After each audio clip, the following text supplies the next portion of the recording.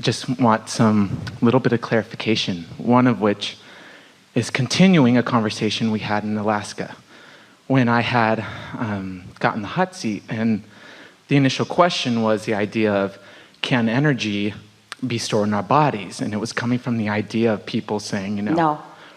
Exactly. Next question. So if we relate that to the mind-body connection, everything is just always going back to your thought patterns. Is the song stored in your radio? Oh, I hope that song's still there. You made it active. Hope the song's still there. I had to run into this grocery store and the song was playing, and I hope it's still there when I get back. In other words, there's a transmission and a receiving, and nothing's stored. Nothing is stored. There are patterns of receptions, and that's what you call memory. And as long as you keep those active, then that's what's going to manifest. Yeah. Perfect. You remember. It's so interesting. Did you ever get together with somebody who grew up with you, who remembered your childhood entirely differently than you did? And 10 years ago, they remembered it more like you did, but then they married someone who was more positive in nature, and now their past has changed for them, and yours didn't. We're not kidding. Remember that time? No. Remember how mad you were? No. Remember that time you were so drunk? No. That's perfect. I feel complete with that. The second part, let's have a little fun with this. As I've been creating more in my life and being so deliberate, there's this funny paradox that I felt that they both seem to lead to the same place. On one hand, you've said, really, if you just focused on feeling good your whole life, and that was your only MO, you would live happily ever after. We've never said that, because you got plenty of step ones. Step one is what does the creating. Step two is the conspiracy.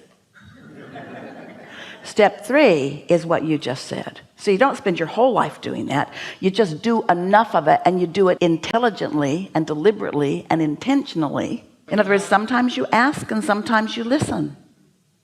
So when you're in a moment when, I guess what I was getting at with staying general, because there's a lack of resistance there, and sometimes you're just like, I want to feel good today, and all these delicious experiences come. You've launched that, the step ones have happened. And on the other hand, there are many moments where, the deliciousness of having a specific thought that you're wanting, giving it the airtime and building momentum. And all we're asking, and we started out with this today, is that you, during a focused moment, when you're asking for that awareness, just first acknowledge, under what influence am I right now? And if you're under the influence of source, then let it rip. If you're under the influence of something else, take a nap. So with this idea of momentum, if you're aligned with something and you have a goal, and every time you're thinking of the goal, it feels good, I already know in a way, I expect that will manifest because I'm aligned with it. But what's this idea then of wanting to build momentum if it helps either with timing or the priming of something? First of all, momentum happens no matter what influence you're under. Momentum is a natural product of the law of attraction. When you hold a thought consistently, you're going to like this. So let's take a subject like prosperity, money.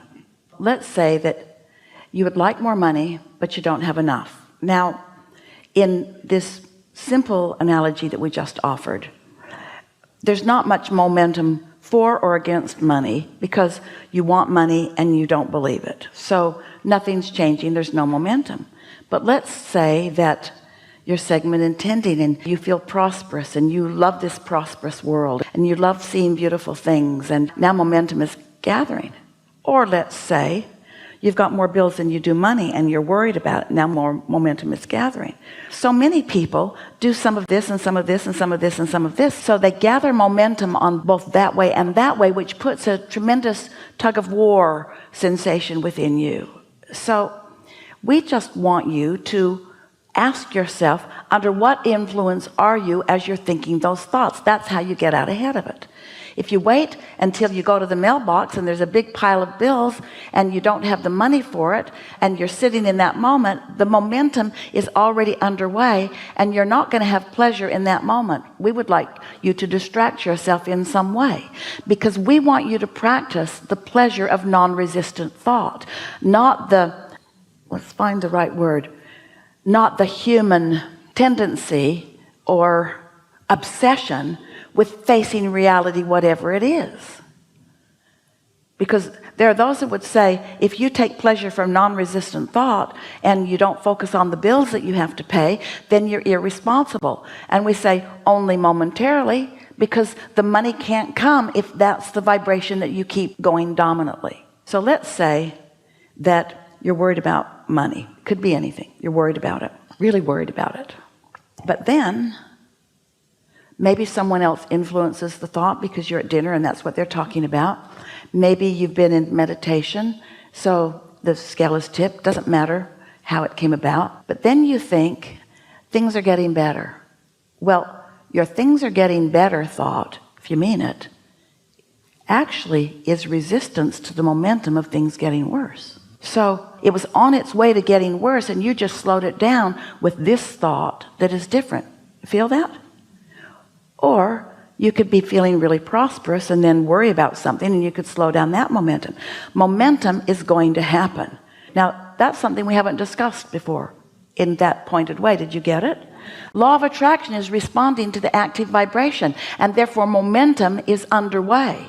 But you have a choice about what thoughts you think, but it's hard to exercise that choice because of the momentum. In other words, if you've really got a positive roll going, it's hard for you to think negatively. If you've got a really negative roll going, it's hard for you to think positively. That's just the facts of the way the law of attraction works. So as you care more, as you get out ahead of it, and you get that positive momentum going before you're thinking any thoughts, now you have a much greater probability of getting the positive momentum going than if you're trying to overcome the negative momentum. We have interacted with so many of you, and we are at the place where we are no longer really interested in talking to you when you're in a negative place trying to turn it around, because it's so slow going, it hardly ever happens, it's annoying to everyone who's listening in. We just want to say to you, give it a rest. Stop talking about it and get out ahead of it. And there's two ways to get out ahead of it: meditate and hook in and watch the movie if there is one, and segment and tend from a place of feeling good. And you'll notice big time the awesome power of non-resistant thought. So then in that situation, if you're tuned in, tapped in, turned on, and you're starting general, and obviously going specific feels good, would there be any more benefit to either go more specific on the, let's say your finances, you're feeling good.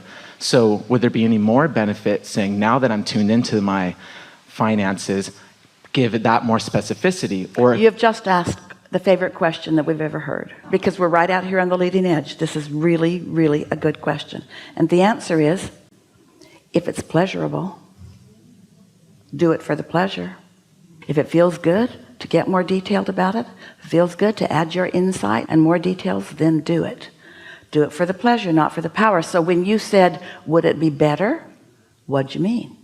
Did you mean, would it be better for my pleasure, or would it be better for my power? Because if you're doing it for the pleasure, it's better. If you're doing it for the power, it'll bite you. that was it. It's for the pleasure.